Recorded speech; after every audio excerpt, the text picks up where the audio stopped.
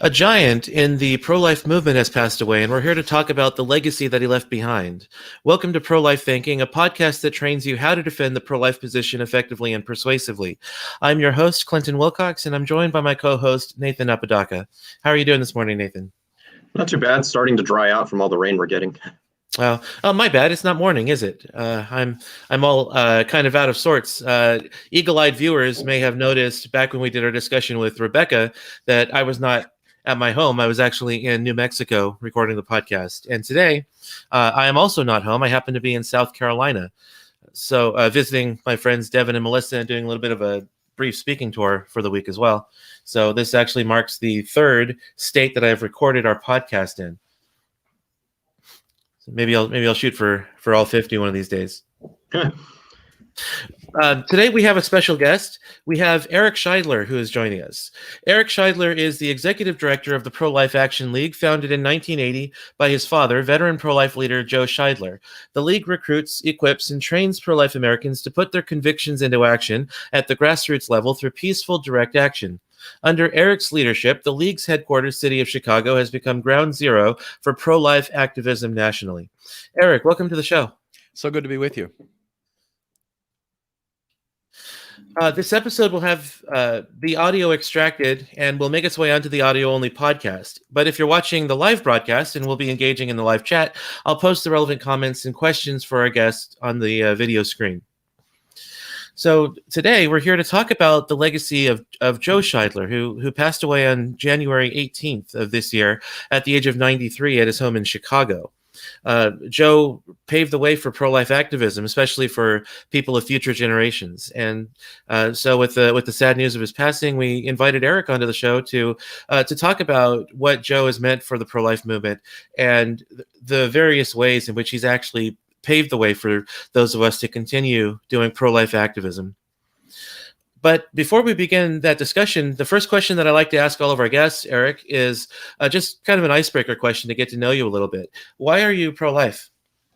You know, I have the worst possible answer to that question of anyone because I don't remember ever not being pro-life. I cannot remember being introduced to the subject of abortion. I went to my very first pro-life event when I was 6 years old. And I had just turned 6. It was 1972, so you can do some math on that, figure out where I'm at now. And my mom goaded my dad into not watching the Notre Dame football game that day, as he had planned to, but instead going down to the Civic Center in downtown Chicago for a rally against any change in Illinois' law protecting unborn children from abortion. My two brothers and I have 3 brothers now, but at the time it was just the 3 of us. We all went down to the Civic Center with my parents, and my dad was handed a flyer. Some listeners and viewers may have even seen this flyer because it's been around the pro-life movement for a long time. It's called Life and Death. It's first created by Dr. Jack Wilkie, an early pioneer in the pro-life movement, to illustrate what abortion really did to unborn children. And that flyer included a picture of a dumpster, like a bucket, of aborted babies aborted very late in pregnancy up in Canada where abortion was already legal. One of the babies in that bucket of corpses reminded my dad of my baby picture.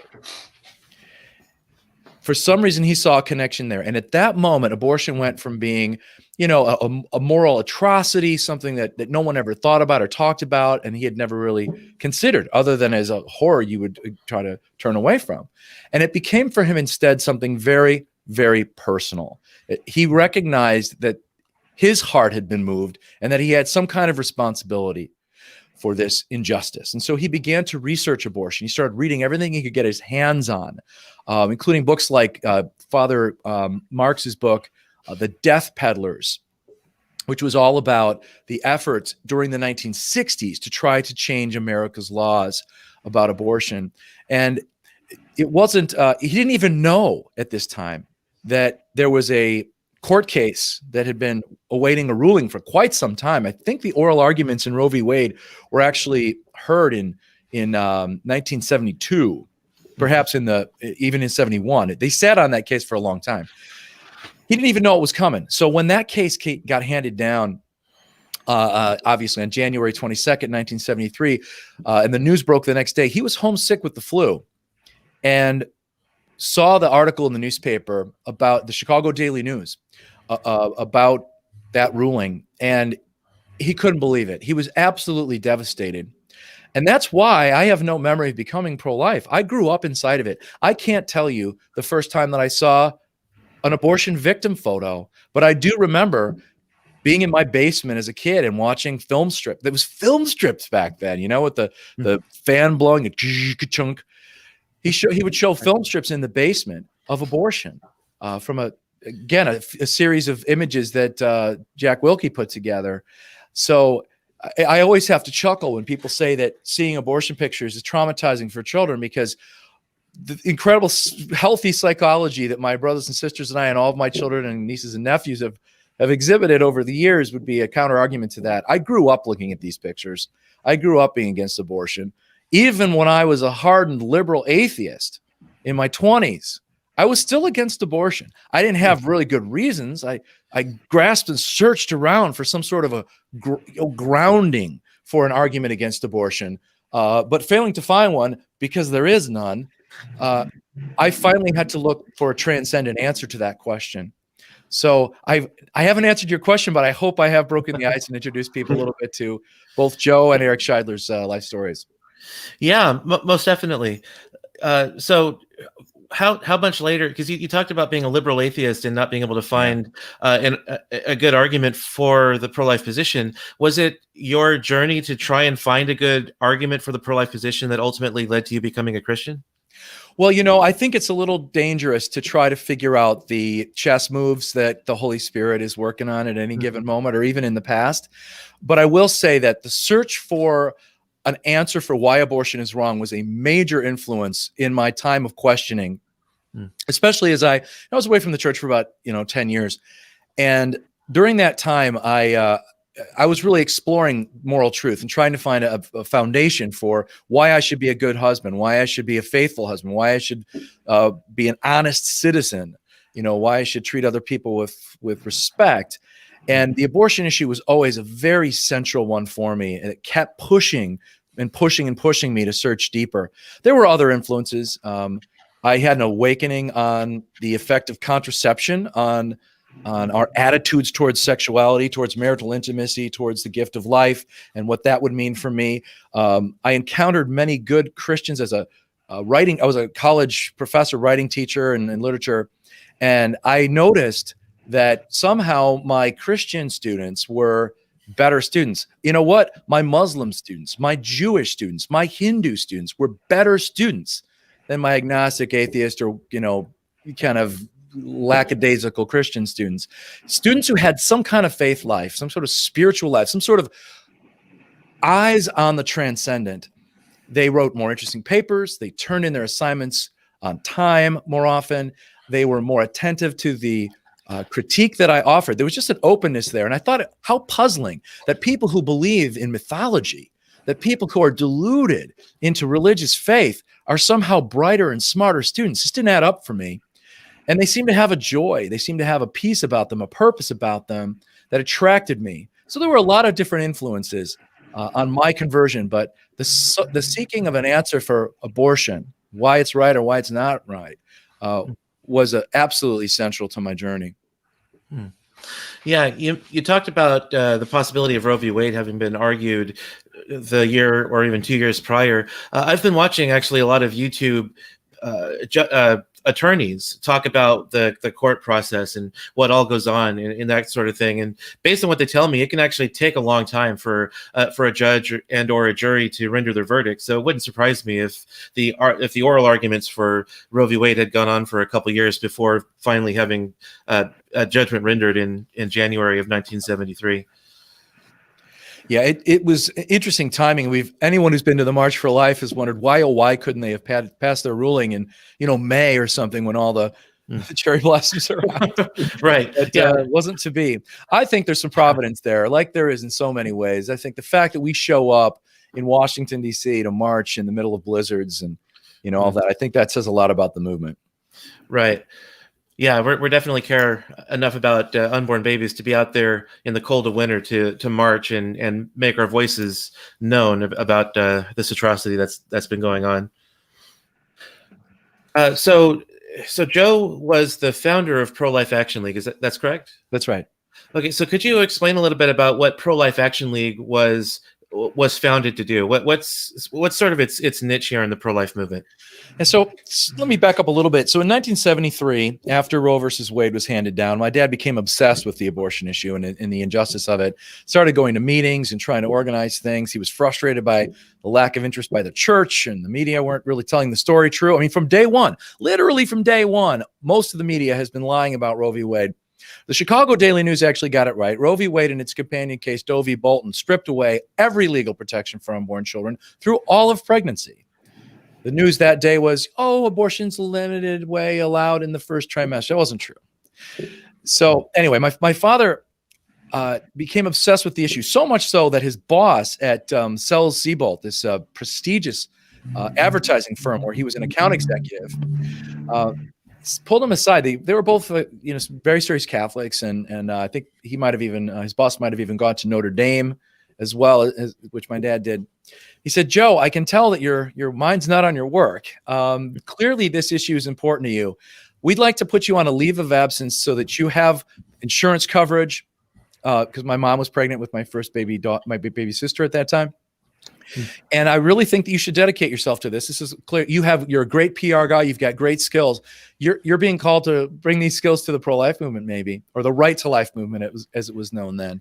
So my dad took the offer. He started the Chicago office for pro-life publicity and started going through the roles of his parish and of his Notre Dame class to try to see if he could find some donors. He had a really tough time raising money. They were trying to just spread the news. They thought in just a couple years of sharing the truth about abortion, we'll be able to get a human life amendment and end the Holocaust. He and my mother agreed to give 5 years to the pro-life movement. So in 1978, they should have been done when I was still in grade school. Instead, my dad was buried with his boots on. He died with his boots on. He had been calling donors. He was scheduled to give 2 pro-life talks the weekend that he died. Oh, yeah, amazing. So he had this passion, but he had yet to find out how he was supposed to channel that passion. He took a job with the Illinois Right to Life Committee, the same organization that had organized that first rally at the Civic Center where his heart was moved by that flyer that he saw.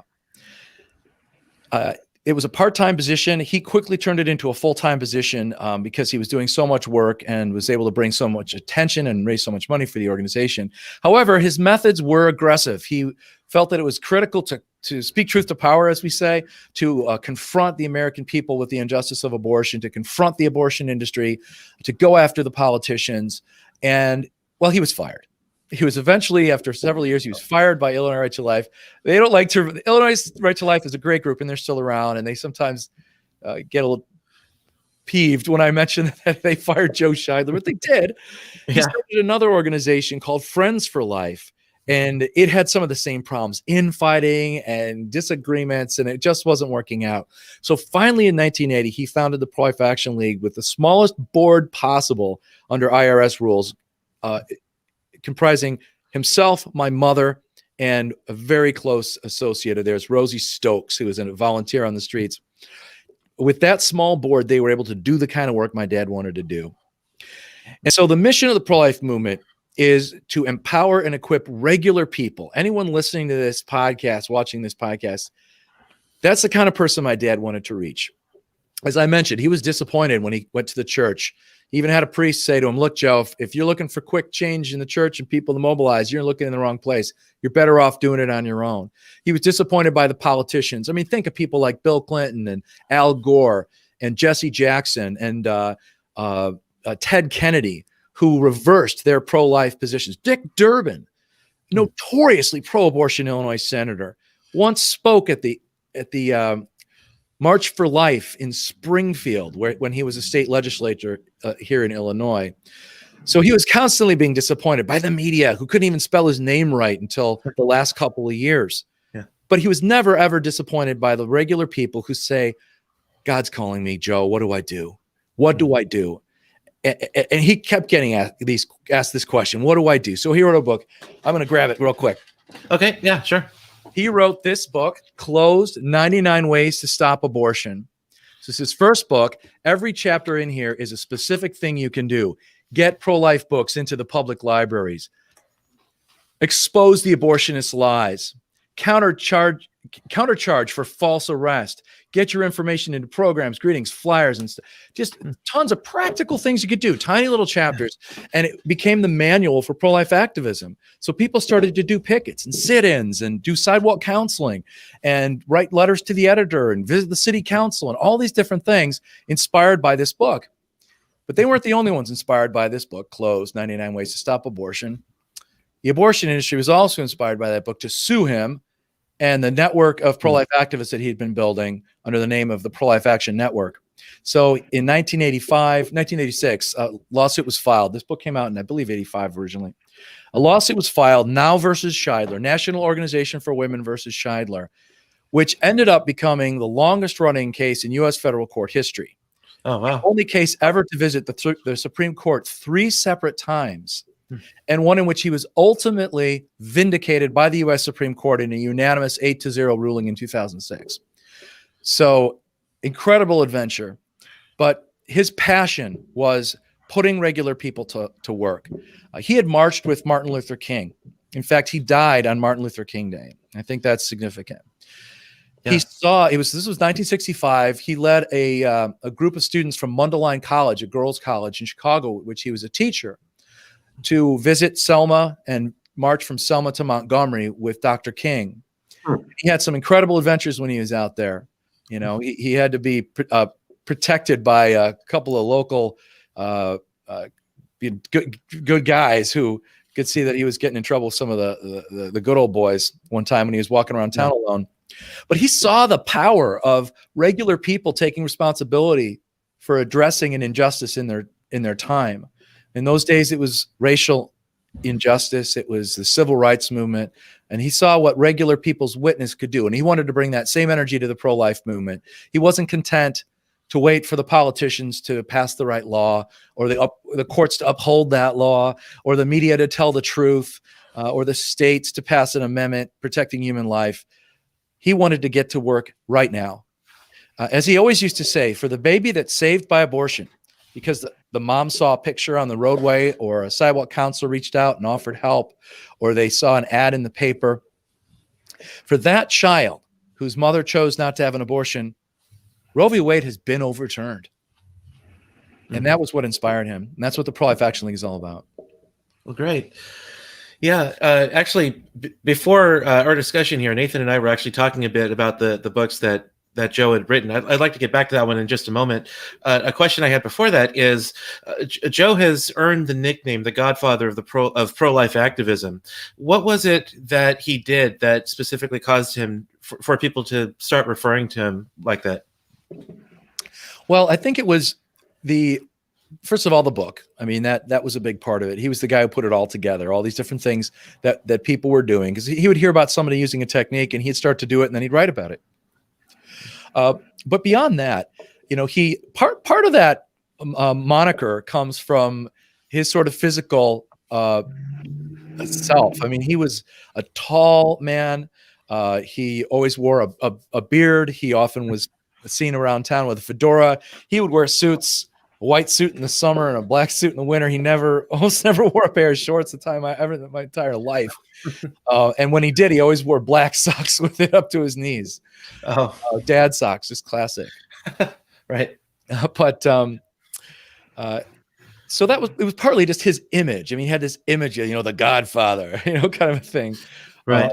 He sometimes carried around a violin case. He actually had a violin in it as a joke, the old trick of the Tommy gun that was in the violin case. He played around with those images, He thought it was important to have fun and to laugh along the way and to project an image of boldness and courage.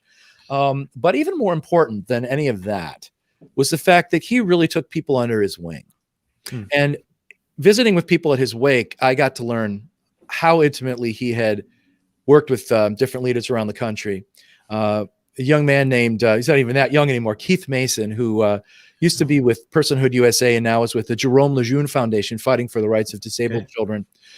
Keith came up and told me that for years, my father had been sending him, little clippings from the paper where he appeared, or other little notes of encouragement. Ever since he had met, we met him at the same time back in 2007 when Keith was trying to fight a Planned Parenthood facility that was opening up, a massive center. Having been inspired to get more involved in the fight against abortion as a parish priest, and my father answered the phone. There wasn't a cordon of secretaries and menus in between him and someone calling him. He would pick up the phone and answer it. And someone else like that was Nellie Gray, who founded the March for Life. She would answer her phone, and that was part of what made her such an effective leader. So he would answer the phone and he would talk to people and he would encourage them. David B. Wright, founder of 40 Days for Life, tells the story of how my dad cornered him one time at an event and said, look, he was saying, Joe, I feel like I'm not getting anywhere. I should just focus on my advertising career. And my dad said, on the contrary, you should quit your advertising career. He was in pharmaceutical marketing or something. You should quit that and do pro-life full time. And so David did that. He started working for American Life League. Then he founded 40 Days for Life. And it's a historical career built on that exhortation from Joe. Really, that he acted like a godfather. I mean, he earned that title. That's how he got it, really. Yeah. He encouraged people. He advised people. He took them under his wing. He would never hold a grudge. He was treated badly by different people in the movement. He was fired from one organization. He was, wasn't allowed to speak by another because they were afraid of lawsuits. He wasn't allowed on a very famous Catholic television network for many years because he had a lawsuit going, but he never held a grudge. He was always willing to accept an apology, and he was forgiving even when you didn't ask. And I think all of that accounts for why he earned that name, the godfather of pro-life activism, and even more broadly, people are calling him now the godfather of the whole pro-life movement. Right. Yeah. Well, I do see that we've been getting some listeners. If you have any questions for Eric, please feel free to drop them in the comments. We'll get that up on the screen and ask them of our guest. And Nathan, if you have any questions, also feel free to jump in. I'm not trying to monopolize the interview here. So no, it's fine. I'm enjoying listening to you, Eric. Good stuff. Yeah, so getting back to the book, Closed 99 Ways to End Abortion, you touched on it a little bit. I looked at it on Amazon, and you can't find a reasonably priced copy on Amazon. Is there a place that someone might be able to go to find a copy that won't really break the bank? Oh, Closed is out of print. It's been out of print for a while. And when I first came on board with the Pro-Life Action League in the early 2000s, we had a project of revising the book. And we started to look at the new chapters we needed because there was nothing about online stuff on there. The focus on Planned Parenthood that we've had in recent years. There were some things you can't do anymore, because of the FACE Act and other laws. So it badly needed an updating. But it seemed as if the time for a book like that maybe had passed and that those resources would be better put online. So we've moved a lot of the content, not directly, but the sort of topics of the book onto our website at prolifeaction.org. And that's kind of in the direction we've gone. Sometimes you can find them in used bookstores. People have found them there. Okay. Some of the used bookstores that are available online. They're in many, many libraries because we made a real effort to asking people to get the book in their library. So there may be an updated edition forthcoming because, his death is a real time for sitting back and reckoning and thinking what might be appropriate. But it's a tough book to find in print these days. Yeah, and I think a book that talks about how to do pro-life activism online really well, I think would actually be a very, very helpful book to the pro-life movement, the modern pro-life movement, right, especially. Yeah, sorry. I guess one question that comes to mind based on that would be, what do you think your dad would say about where we're currently at with the most pro-abortion presidential administration in American history? What do you think he would say to the pro-life movement now, or what was he saying to the pro-life movement just before he passed? Well, he was very, very deeply concerned about the Biden administration. And I have to wonder if in some way God wasn't sparing him from having to behold that. I mean, he died 2 days before the inauguration. And I thought of that as a kind of mercy for him because he was very, very troubled by the prospect of a Joe Biden presidency. However, we had talked quite a bit about, the changing of the guard over the years. We talked about we did a kind of a list, when did he get involved in pro-life? Well, Richard Nixon was president. I believe he was still when was Clinton? You're a smart guy. Do you remember when he resigned? When was that? I think it was 73, actually. Yeah. So he got involved with Richard Nixon and then Gerald Ford and then Jimmy Carter and Ronald Reagan and first George Bush, Bill Clinton, second George Bush, Obama, Trump. List now goes on to Joe Biden. And in season and out, our work at the Pro-Life Action League has been pretty much the same. We're out there on the front lines speaking for the voiceless unborn child. We're there at the abortion centers, appealing to the moms, appealing to the companions, to going in there with the women. We are praying. We are, assisting people in pregnancy centers. We are telling the truth about abortion to our friends and neighbors. So in a lot of ways, our work doesn't change at all. We're doing the same thing no matter what happens. And whether it's Joe Biden or Donald Trump or somebody else in the White House, there's still babies being aborted, and there's still moms who need to hear a voice of compassion before they make that choice that they can't take back and walk through the doors of an abortion center. Right. So, I think that's important to have that perspective, because as much as we absolutely have to fight for every single life of an unborn child, my father believed that. He believed strongly in the need to compromise when necessary on laws in order to save children and rather than leave them unsaved, and all of those different things that we do. But we have to recognize that, as important as those laws are, as many lives as they save, it's really a marginal attack on abortion that we're engaged in. For example, Joe Biden, one of his first acts in office was to reverse the Mexico City, policy, or maybe we should say reverse it, which is every administration back and forth changes that policy. Our abortions. Now we are again, and that's horrible. It's unjust to the American people, but it really is only a marginal impact on international abortions. The real problem of legal abortion under any framework that leads to hundreds of thousands of children being legally killed, that remains intact, even if Joe Biden gives a little more money to Planned Parenthood, or a lot more money to Planned Parenthood, or even if the next administration comes around and takes that money back again. Our main job still stands before us, which is protecting the life of every child. I don't mean to minimize the importance of every effort that we can make legally, but our work on the front lines is the same, and that is what we absolutely have to continue. Right. Yeah. So Joe also wrote another book, a memoir, Racketeer for Life, Fighting the Culture of Death from the Sidewalk to the Supreme Court. My copy, which is around somewhere. Well, I don't know where it is right now. Oh, okay. Needless to say, it does exist in the universe. But could you maybe talk a little bit about that book? I noticed that one I think is out of print too, because I don't think I was able to find a copy, or at least on Amazon. Maybe it's available elsewhere. But I'm surprised to hear that. Yeah, it's in print. It's on Tan Books. The Pro-Life Action League, I just looked it up. It's on your web store for your organization. That's right. And I hope we've updated it to make it clear you're not going to get a signed copy, because we used to. I wish I had him sign a case and just put it to one side. I didn't though. You don't like to think of your parents passing and prepare too much for it, but that book, Racketeer for Life. What is the subtitle? It's it looks like I'm about to. Racketeer for Life. Fighting fighting the culture of death. Here it is. It was on my shelf. I just couldn't see it.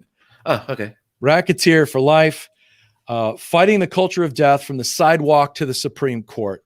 Get that in the frame. Yeah. So this book, it's an amazing memoir. It tells the story of his early life, what inspired him to have such a passion for children and their safety. How he founded the league, and just incredible adventures along the way about how he and a cabal of pro-life activists managed to get the Republican Party to make a pro-life plank in their platform, and the shenanigans that went behind that. It's just an incredible journey. Yeah. Did Joe ever have any interactions with Francis Schaeffer? Because I know he was pretty big on helping get I think getting the Republican Party more active in the pro-life movement as well. Yes. In fact, the foreword of his first book closed was written by Frankie Schaefer. Oh, Not sure which Francis Schaefer we're talking about there, because the song kind of went off the rails. I'm not sure which one. But yeah, I get lost in that history. But yeah, I mean, he rubbed shoulders with just about anybody you can think of in the pro-life and Christian conservative movements over the course of his career. Yeah, so Joe's activism, then history of activism, even stretches back before 1973. You mentioned that he marched with Dr. Martin Luther King Jr. in Selma. Mm-hmm. Does Joe put a lot, when he was here, did he put a lot of the things that he learned from the Martin Luther King Jr. marches from the civil rights era into the activism that he did for the pro-life movement? Yeah. So he used everything that he had to hand in his pro-life ministry. From Martin Luther King, he saw the power of mobilizing regular people, of making a public witness. So he very much wanted to be out in public. He didn't want his pro-life work to be limited to the classrooms where he might be invited, to give a genteel speech, or the politicians' offices that he might be lucky enough to get an invitation into. He took his message right out to the street, just like King did. He was inspired by King's, letter to Birmingham jail about civil disobedience and the need to fight unjust laws. So that was one avenue of inspiration. Another, oddly enough, was this is going to sound kind of weird, but he took a page out of the Illinois Nazi Party's playbook.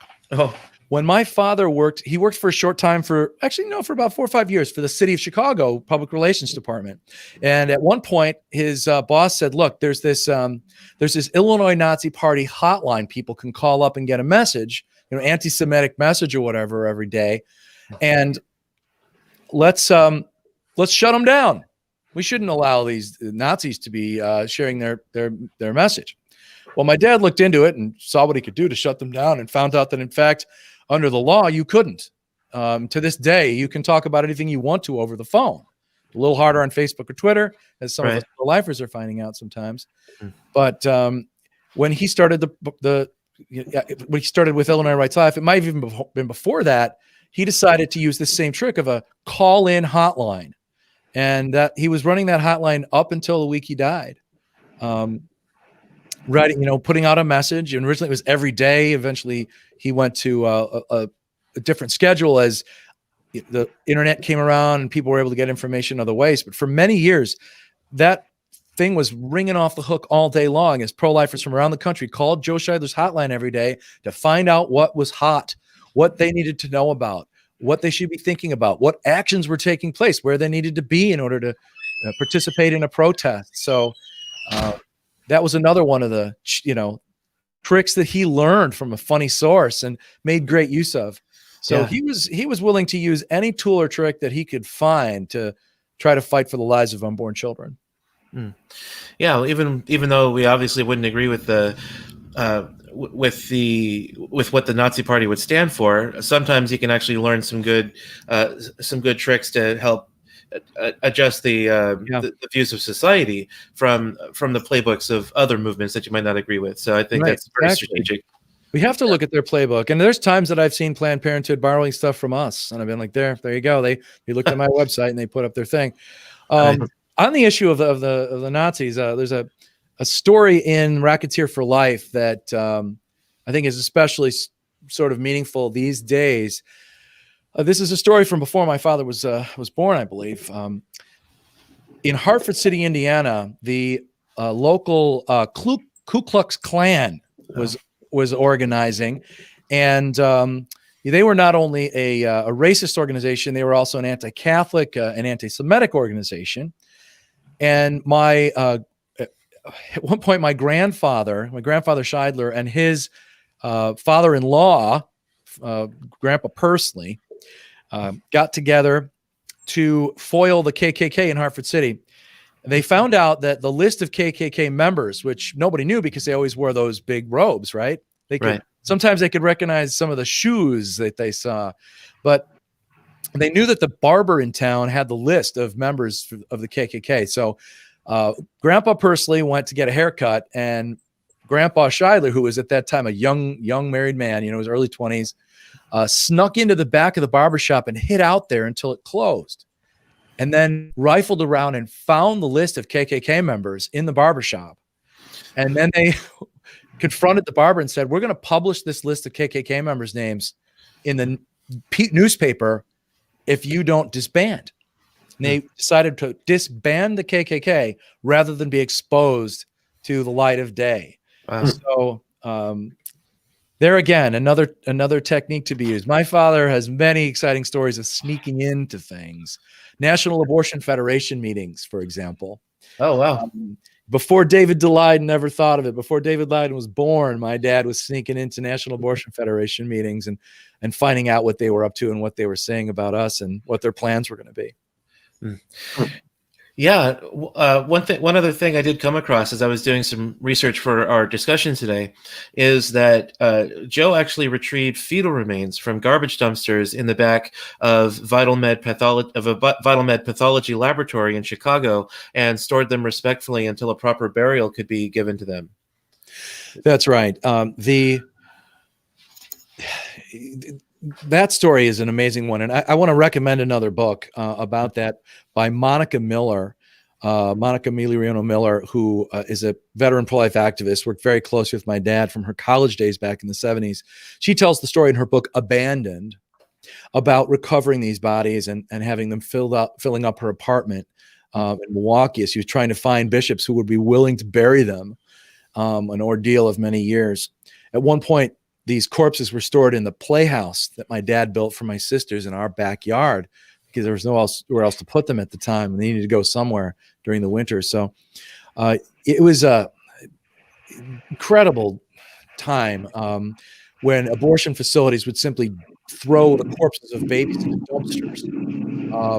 There was a security guard at Vital Med Lab in suburbs of Chicago who knew that these boxes on the loading dock were filled with baby corpses, and he was terribly troubled by it.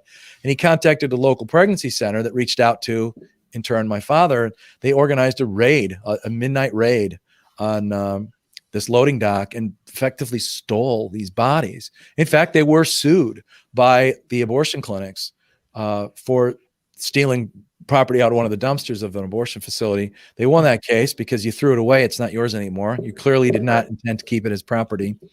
And we were able to bury those babies. And in 2013, in connection with Monica's group, Citizens for a Pro-Life Society and Priests for Life, we began to hold the annual National Day of Remembrance for Aborted Children in September. Every September, second Saturday of September, we hold this event. And it's a real opportunity to, for so many things. I mean, it was an opportunity to share some of these stories about the kind of adventures involved in this sort of ministry, but also the compassion that we have to have for these children. It makes abortion very, very, very real when you behold the corpse of an aborted baby with your own eyes, and then you can take pictures of that and show it to others. So burying these children and contemplating what their lives might have meant, these nameless, faceless children who were buried sometimes by the thousands, and then were memorialized. It's become an opportunity for women and men who've been involved with abortion to seek healing. I remember one day a woman came up to me after one of our memorial services with tears in her eyes, and she was just overwhelmed with gratitude. She had found out the previous week that her first grandchild was aborted. Oh. She found out because a bill came from the insurance company, and that was how she discovered her daughter had even been pregnant. Her heart was so heavy because she didn't want the girl's dad to know about the abortion and have him think of her badly. So she was carrying this wound around herself, trying to help her daughter with post-abortion information and stuff. But being allowed to come and mourn for her grandchild and pray for her daughter with a community of people in a cemetery where babies were buried was profoundly moving. Yeah. And you know, that's sort of the end point of all of this is not just to make a big story in the media and get a lot of publicity. It's to really mourn for these babies and to really pray for those who have been wounded by abortion. That ministry is essential and always very central to my father's work. Yeah, I'm a little surprised that that the organization would actually sue your father over this, because it seems like there'd be the potential for, because oftentimes pro-abortion organizations want to keep, what the aborted fetuses look like hidden, and I'm kind of surprised because that kind of thing would have had the potential of other people in the courtroom or potentially the media seeing what they actually look like. Yeah, it was a puzzler that they decided to do that. But, they were kind of stuck between a rock and a hard place. Do we let these guys get away with exposing us and maybe we can stop them from doing it in the future? Or do we make this a big issue in the paper? And it really backfired on them because it brought in a ton of publicity about what they were doing and made them look really bad, that they were trying to, claim that the corpses of their victims were property that we had stolen. Really strange. Yeah. Nathan, do you have any other questions? Yeah, actually, just kind of based on that, I was going to ask, did your father do any work with Greg Cunningham from Center for Bioethical Reform about abortion images? Yeah, absolutely. Greg and my dad were good buddies, and Greg and my dad were just on the same page with the importance of showing the victims of abortion out in the public square. Yeah. My dad was always very gratified whenever anybody took on that ministry. Center for Bioethical Reform Canada, Abort 67, Created Equal, and all these other groups that are willing to go out and do this toughest of pro-life jobs, standing out in the public square and showing those pictures. Name a pro-life figure. My dad probably collaborated with him at some point. Yeah. Our mine and Clinton's boss, and also our pro-life mentor Scott Klusendorf, had a story about how your dad helped him get encouraged to get more involved. Yeah, I was really touched to see Scott at the wake, and was really glad to have a few minutes with him. And he told me about how when he was very, very fresh and young, pro-life apologist, he was giving a talk at some kind of a nationwide pro-life event or other, and he recognized my father and mother in the audience, and he couldn't understand why, with all the panels of speakers around, why are they coming to my talk? And he was actually a little nervous. What are they doing here? They're making me nervous.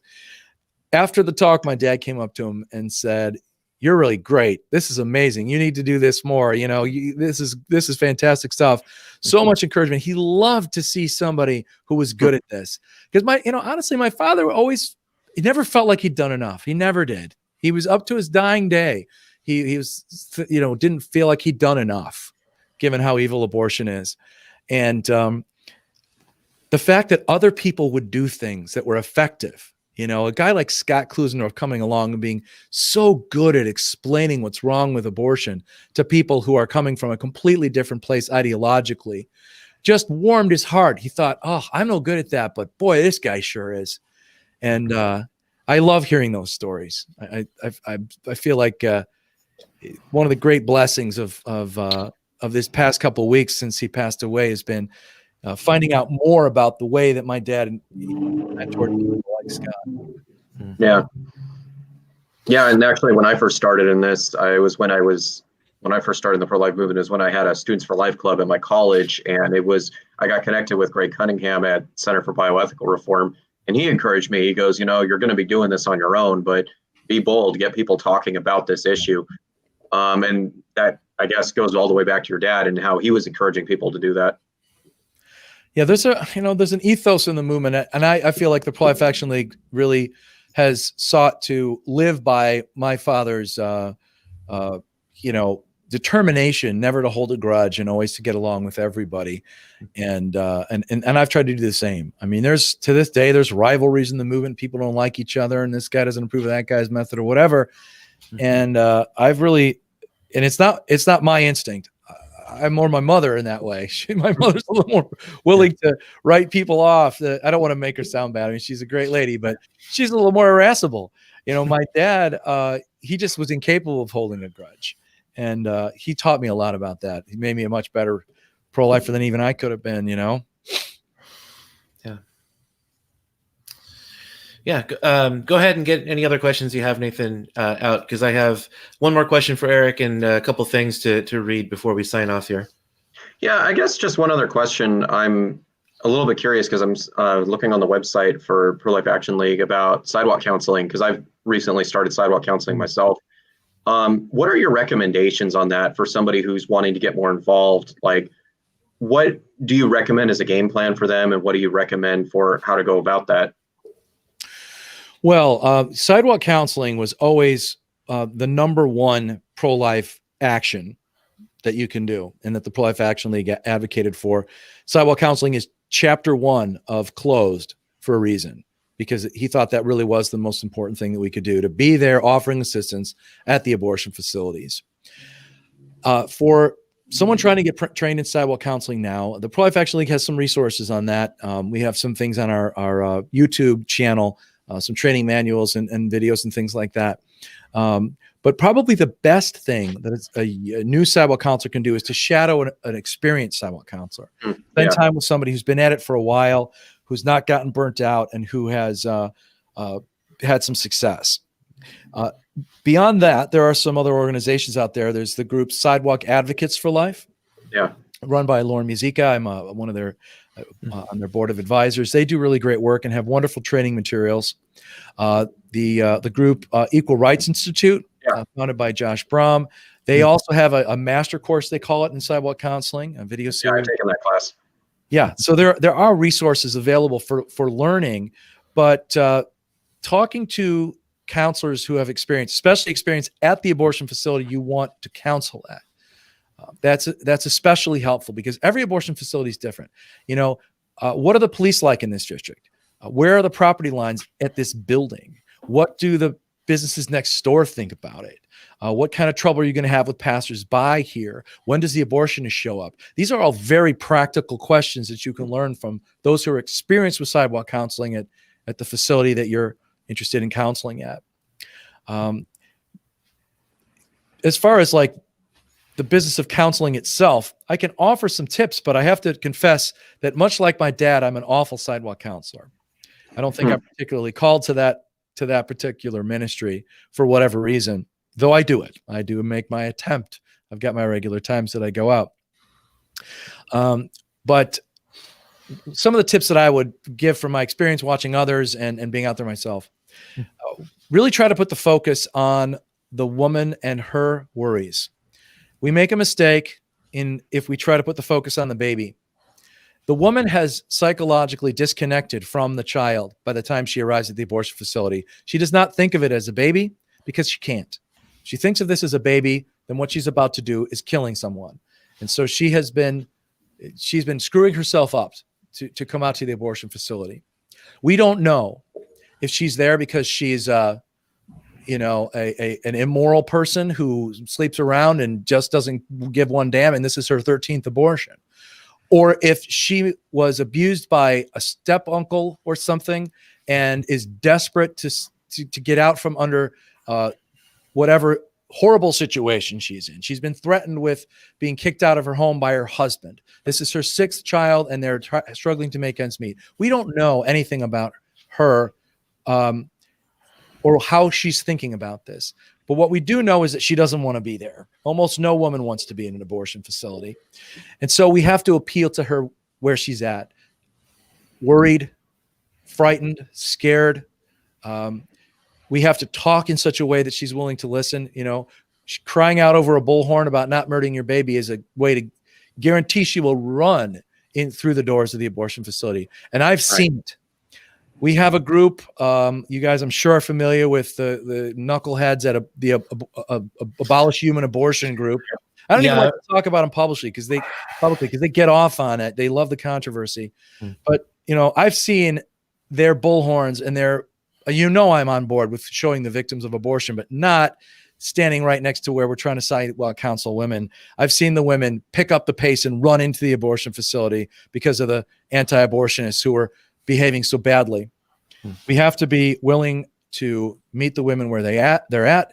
We have to be willing to pretend that everything's normal about being in an abortion clinic. I mean, I get it. The first thing I say when I see someone get out of their car is, "Good morning." Well, it's not a good morning. It's not a good morning for them. They're on their way to get an abortion, and they don't even think it's a good morning. They might think it'll be better later after the abortion, and their problem is supposedly solved. And it's not really good morning for me. What am I doing? I'm trying to stop people from having abortions and failing most of the time. But I still say good morning because it's a polite thing to say and it opens the conversation. So we have to be willing to swallow our pride and meet the woman where she's at, to greet her cordially, to tell her our name, to say we're here to talk, invite her to take some literature. It has to be an invitation. It has to be done compassionately or it will not work. Right.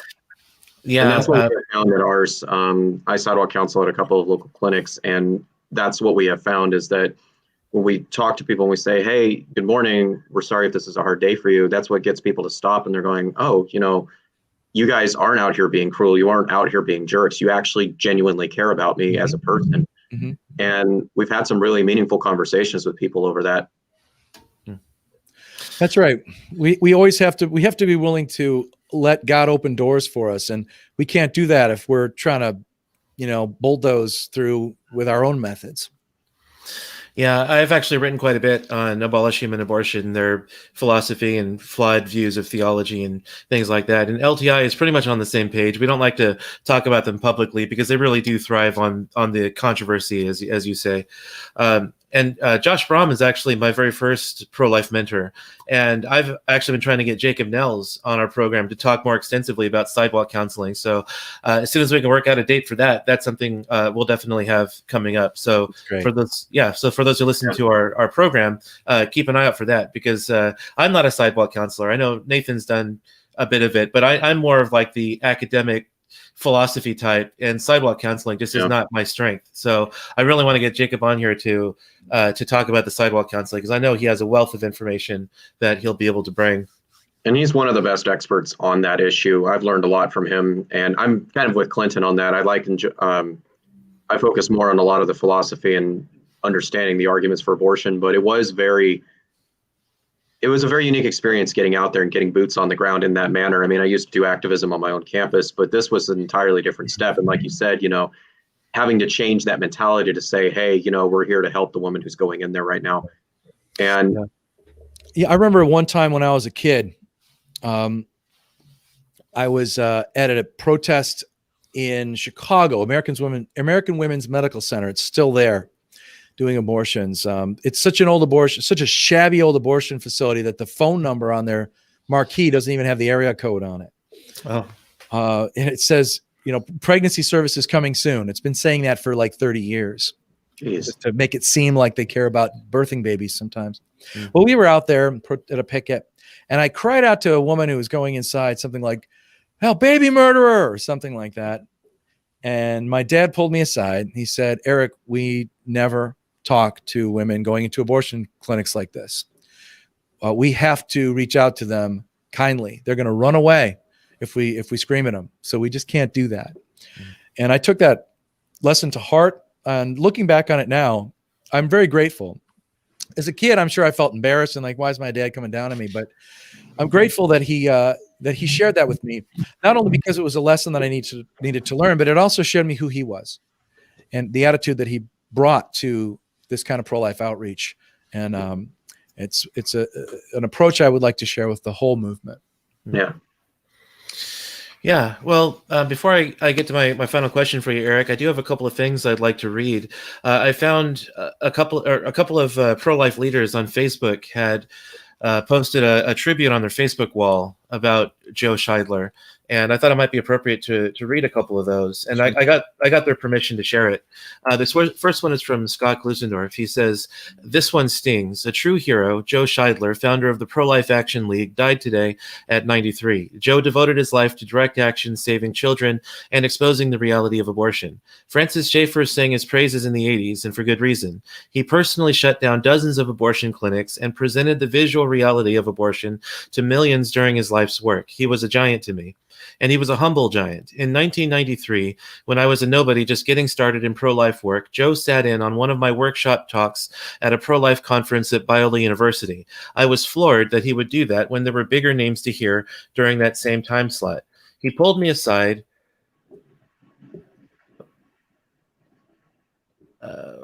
Sorry, I lost the place here. He pulled me aside after and said, 'Young man, you have a gift. Keep using it.' I drove home on cloud 9. Why would such a giant like Joe even speak to me, let alone affirm me?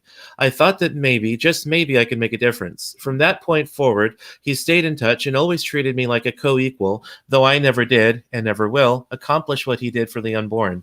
He exemplified true humility and greatness. I can only guess how many children are alive today because of Joe. Well done, sir. I can only hope to finish as well as you did. You are loved and appreciated. Prayers for your family. I salute you while shedding a tear. And this next one comes from David B. Wright, who we mentioned earlier as the founder of 40 Days for Life. David said, 20 years ago, I was about to quit the pro-life movement. I was serving as volunteer board chair for a local group in Texas, the Coalition for Life, founded by my friend Lauren Guide. During my board tenure, local abortion numbers were increasing while our volunteer numbers and donations were decreasing. I felt like a failure. At our 2001 Coalition for Life fundraising banquet, Lauren announced that my term on the board had ended and that I was moving on to other endeavors. I was incredibly relieved. But then our keynote speaker took the stage, legendary pro-life leader Joe Scheidler, founder of the Pro-Life Action League. During Joe's captivating presentation, he articulated the spiritual imperative for people of faith and conscience to speak up for those who cannot speak for themselves. He powerfully explained that we're all called to protect preborn children, the most helpless, voiceless members of our society, and their mothers. I'll never forget what Joe said next. I believe there's someone here in this room who God is calling into full-time pro-life work. It felt like Joe Scheidler was talking straight to me. After the banquet, several of us gathered around Joe to ask questions and glean advice and wisdom on how to save lives, protect mothers, and end abortion in our community. 2 weeks later, I answered God's call, which Joe Scheidler had delivered at that banquet, and quit my pharmaceutical sales job to jump into full-time pro-life work. Joe became a friend, mentor, and hero over the next 2 decades. Every time I'd see him, he'd grin and call me Young Dave. Joe and his wife, Ann, were 2 of the first people I shared my vision of 40 Days for Life with, when it was still just a fledgling idea. They encouraged me to do it, though later Joe told me with a hearty laugh that he'd initially thought that it wouldn't work, but was glad I proved him wrong. Looking back, I realized that, had it not been for Joe Scheidler, I would never have taken that step of faith to leave the business world. I would never have led the Coalition for Life. The local abortion center, later directed by Abby Johnson, might never have closed. There would never have been a 40 Days for Life, and all the lives saved, abortion centers closed, and workers helped out of the abortion industry. I would never have traveled the world to collaborate with thousands of selfless, heroic leaders who are saving lives, protecting women, improving their communities, and building God's kingdom here on earth. Today, I paid my final respects to Joe Scheidler at his funeral in Chicago, and I was surrounded by hundreds of other ordinary people who were likewise inspired by Joe to do extraordinary things. I couldn't help but wonder how many lives have been saved, directly and indirectly, because of Joe Scheidler. Only God knows, but I suspect it's well into the hundreds of thousands, if not millions. Never underestimate what God can do through one person devoted to him. Simply look to the life, impact, and legacy of Joe Scheidler. Rest in peace, dear Joe. Well done, good and faithful servant. Young Dave. He always used to like to call people young whatever, young Scott, young Dave. Yeah. Well, he's definitely helped countless numbers of people be able to do the work that we do. And so he's definitely going to very much be missed. And, you know, he's done great work for the pro-life movement and for the kingdom of God in general. So we really appreciate you coming on here to talk to us about your father. One thing I did come across was that Wednesday, February 3rd at 9 p.m. Eastern and 6 p.m. Pacific is going to be a webcast tribute to the life and legacy of Joe Scheidler. Did you want to maybe talk a little bit about that to, promote it a little bit? Yeah, we're going to be sharing some stories from his life. I'll have my brother Peter on, who collaborated with him on his memoir, Racketeer for Life. My mother Ann will be talking about the founding of the Pro-Life Action League. My sister Catherine will be on there to tell you about, I don't want to give too much away. My dad found a way to embarrass her massively when she was in high school. And she deeply resented it at the time and came around to change her mind. We'll tell you that story. We're going to hear from people like Father Frank Pavone, Monica Miller, Dr. Tony Levatino, an abortionist who came over to the pro-life side, and so many others. People are offering tribute videos. We're going to be telling stories. It's going to be a beautiful evening of celebration of Joe Scheidler's legacy, but also looking forward to the future. How do we build on that legacy? What was Joe Scheidler's vision for the pro-life movement moving forward in the 21st century? And you can sign up for that and be involved and not miss out if you go to prolifeaction.org. prolifeaction.org, and sign up for the tribute. It's taking place again Wednesday, February 3rd at 9 p.m. Eastern, 6 p.m. Pacific. And it's sure to be a moving evening, not only looking back at the past, but looking forward to and being encouraged for the future. Well, great. So I'm going to put the names of the books and the author of the book written by Monica Miller in the information section under the YouTube video and in the notes section of our podcast, so that you can look those up and check those out. And I'll also post a link to where you can register for this event coming up as well that we just talked about. So the direct link is prolifeaction.org/tribute. Great. Okay. Well, Eric, where can people find you online? You can find me at prolifeaction.org. You can find me on Facebook at ProLifeAction. I also have my own page. I think it's at ProLife Eric Scheidler or something like that. And you can just look for Eric J. Scheidler. That's the page where I talk about pro-life stuff. The regular Eric Scheidler page is just going to be mountain biking pictures and puns.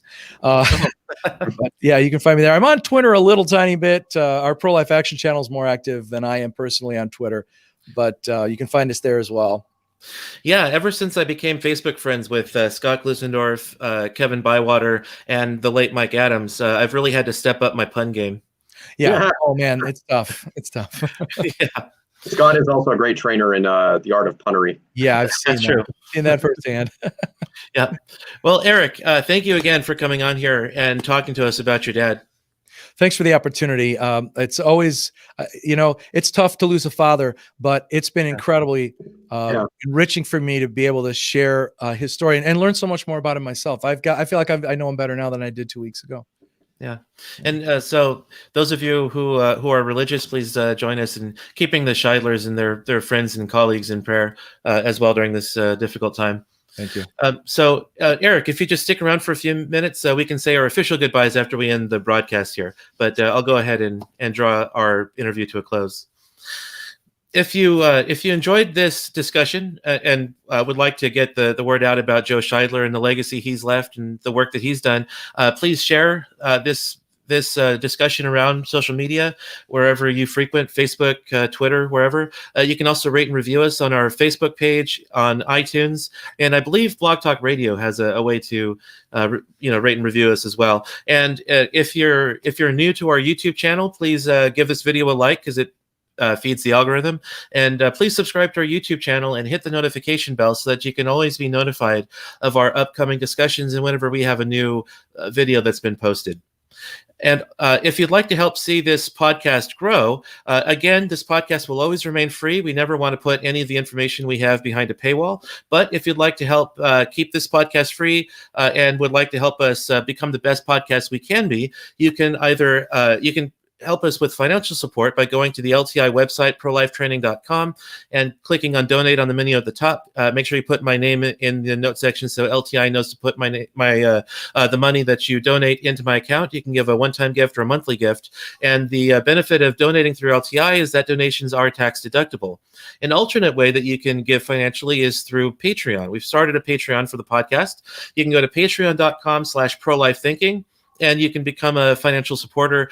And the benefit of donating through Patreon is that there are a lot of really great perks that come along with it, up to and including private one-on-one training with me for 1 or 2 hours a month, depending on how much you donate. And that can be anything from me role-playing a pro-choice person to help your confidence in discussions. I can give you feedback on a project you're working on or whatever you would like to do. So if you'd like to consider helping us with financial support, those are some ways that you can do that.